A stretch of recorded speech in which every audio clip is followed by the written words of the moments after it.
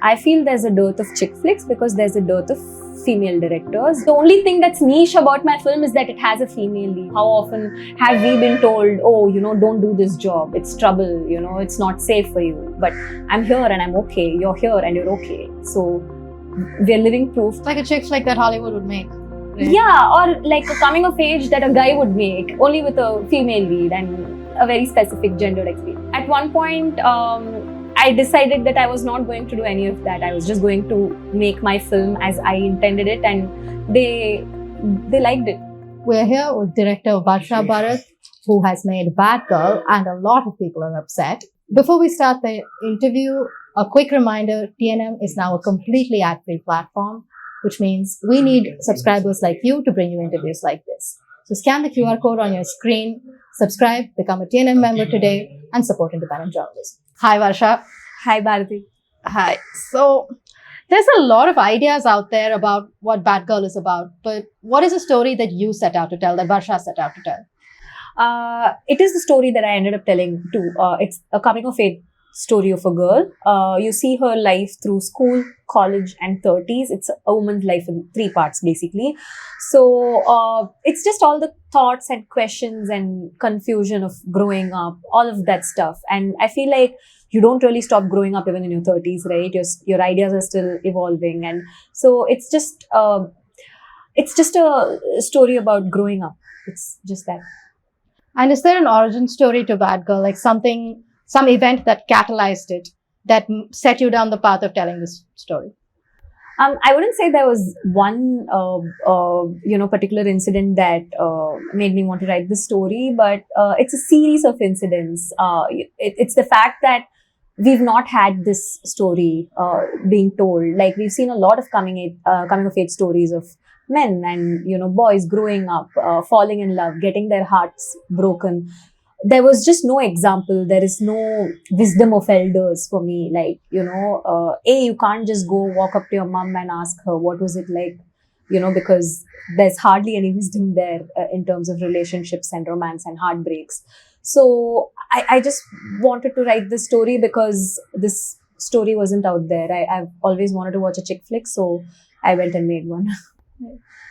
Speaking of that, what is the kind of representation that is women, particularly Tamil women watching Kollywood films, do get, apart from whether it's the loose opponent or the woman who's supposed to be okay with stalking?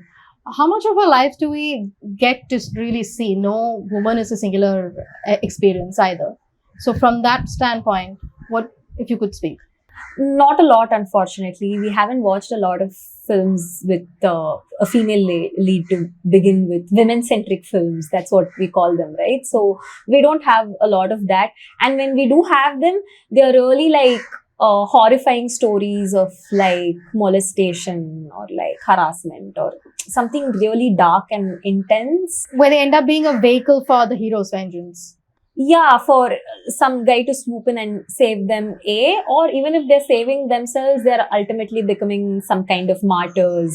And like, we just want, I think it's very important to have narratives that are light and soft and fun, because sure, we don't live in a very fair world and the world is unjust to women, but apart from all the unfairness, we also have fun in our lives. And, I just wanted to make a really fun movie because I think I've had a pretty fun life.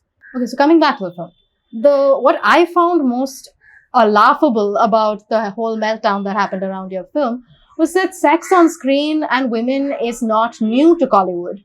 What was new seemed to be that a woman was choosing to have sex. And that seemed enough for most of the men who were upset to just unravel. Was that your view as well, or what are your thoughts on it? Precisely that, right? Because it's not that, women have been sexualized throughout the history of films and all arts for that matter. Women have always been sexualized. It's a woman's sexuality, her choice, and, her expression of her sexuality that seemed to have ruffled a few feathers. And, coming to the point of portrayal of minors, engaging in romance, for instance, it's we've seen, how many movies have we seen where women are wearing uniforms, school uniforms, and it's really catered for the male gaze, and it's really not in good taste at all. How often have we seen that? So just to clarify, in my movie, I don't actually have a minor girl, engaging in sex whatsoever. I think they drew that conclusion by watching the trailer, but that's in the later parts of her life.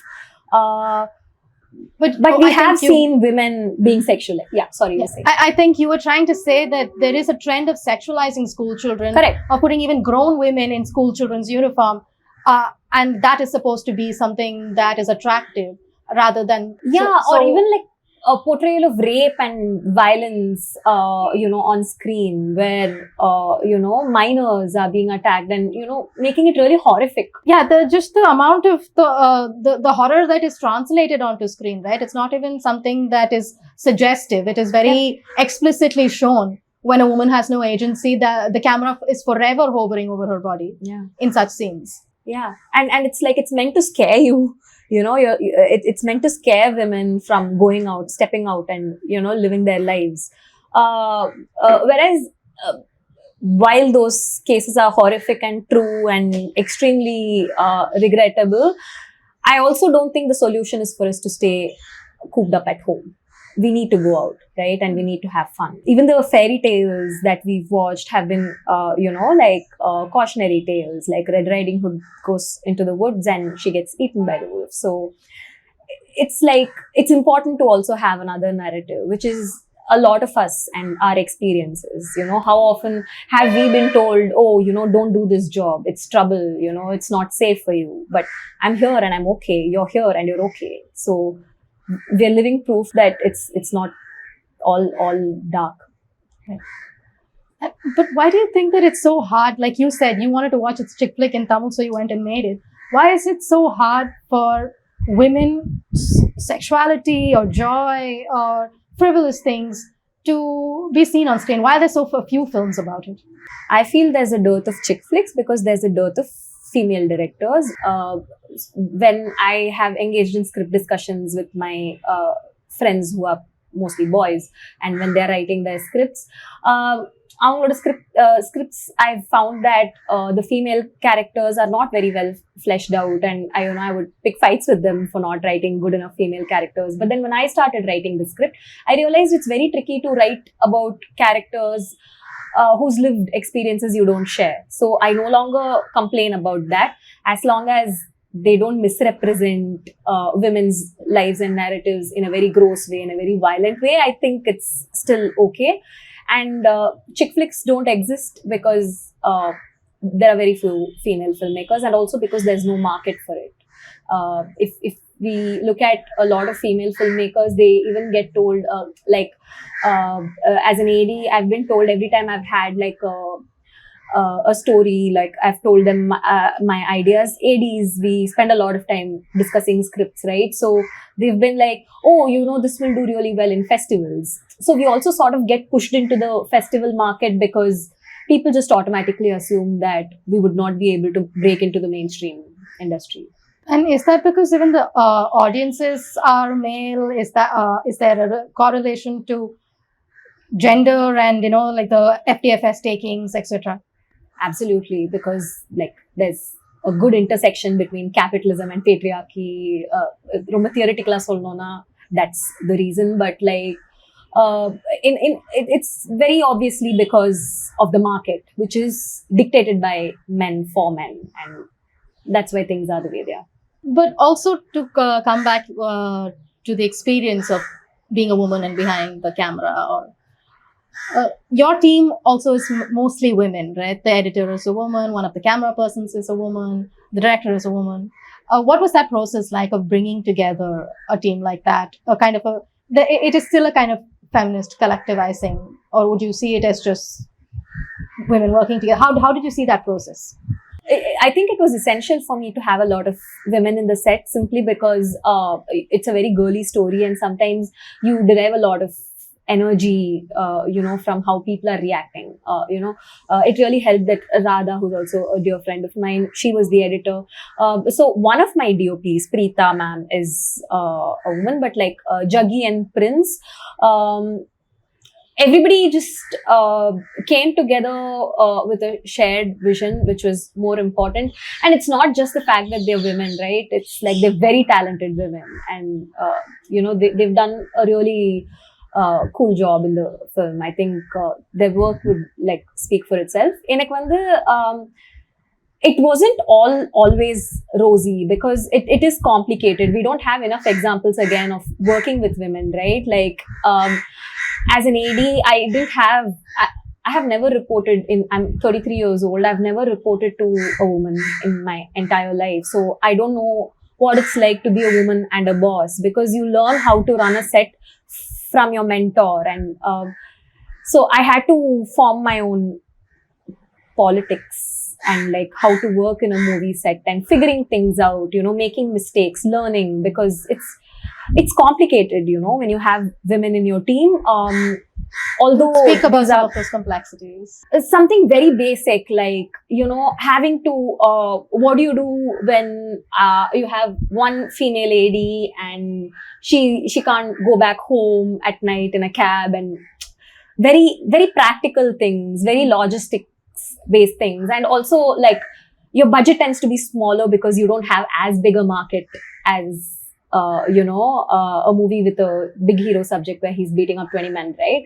So when you don't have those budgets and you have a lot of women in the team, it's like the numbers, because you are still like operating within the same numbers. The same number game. Yeah. So those are some practical issues, but having said that, the pros far outweigh the cons, and I'm glad we did this. So, like my casting director, Varsha Bharath, my intimacy coordinator, Jayalakshmi, makeup, Pavna, Shruti Mandri, the stylist, all of them. So it's like, and my amazing actors, Anjali and SP ma'am, like everybody was just, everyone has their own ideas on rights and wrong, and it's complicated. And there have been really interesting moments also, which we laugh about now, but it's not fun at all when you're in a movie set and like everybody's cranky because we're shooting and like we're all tired. And there have been times where my periods and like Anjali's periods would like coincide, and both of us are cranky. So I mean, after the schedule wraps, we laugh about it, but these practical issues do exist. But it's all good. We've made a really beautiful film, and we're very proud of ourselves. But if you could also speak to the larger experiences of women in the industry, not just as actors on the screen, but as editors, as ADs, as directors, what is the larger experience been like? I wouldn't say your experience as a woman in this industry is going to be that much different from a guy's, because except for some very small minor things that sometimes it gets lonely, because sometimes conversations are had, important decisions are made over a dum break for which you're not always invited, small very minor things like that, because we spend a lot of time just trying to fit in. So when you're just trying to be a guy most of the time, for a major portion of my time as an AD, I had my hair cut really short, and quite recently, a friend of mine asked me, did you do that because you wanted the guys to think you're one of them? So that was really funny. I don't think it's just a lot of time spent on hair care, and I just didn't have that. I didn't have the patience, and that's why I always kept my hair short. But like, it's a very valid point, we just spend a lot of time trying to fit in. So I wouldn't say the female experience of working in the industry is that much different from being a guy, because you're just there to do a job. And that is exactly my point. All of us can do the job. So Bad Girl won the NETPAC award at Rotterdam. So what was that reception like, whether it was audiences or fellow filmmakers who were there or the organizers themselves? I'm assuming it was vastly different from what you got here. So what was that like? it was it I don't know how to describe it, except I'm just being redundant, but it was really magical, because on the just the kind of reaction that we got from people who watched the film while they were watching the film. Everyone was watching the movie, I was watching them. I would just keep turning around and looking at everyone's faces, and they had a smile on their face the whole time. And that's exactly what I want to do. I want to tell a woman's story where people don't flinch. Like, we've also actively like shied away from like dwelling on gloomy side of things or the dark side of things too much, because I really wanted to tell a really happy story. So the jokes landed, and that was especially also because I'm a subtitlist, right? So I think a lot about whether jokes translate, because there is a lot of loss in translation. Cultural context is lost, that sort of a thing. So Elaru, they read the subtitles and they processed the film, and yet they seemed to get the jokes and they laughed at it, and that was really cool. And so many people who come from a very different culture, they really connected with the film. And the Q&A sessions were so interesting. There were men who said they could really connect with the film. There were white women who said that they're growing up, all of the taboo that we faced in Chennai,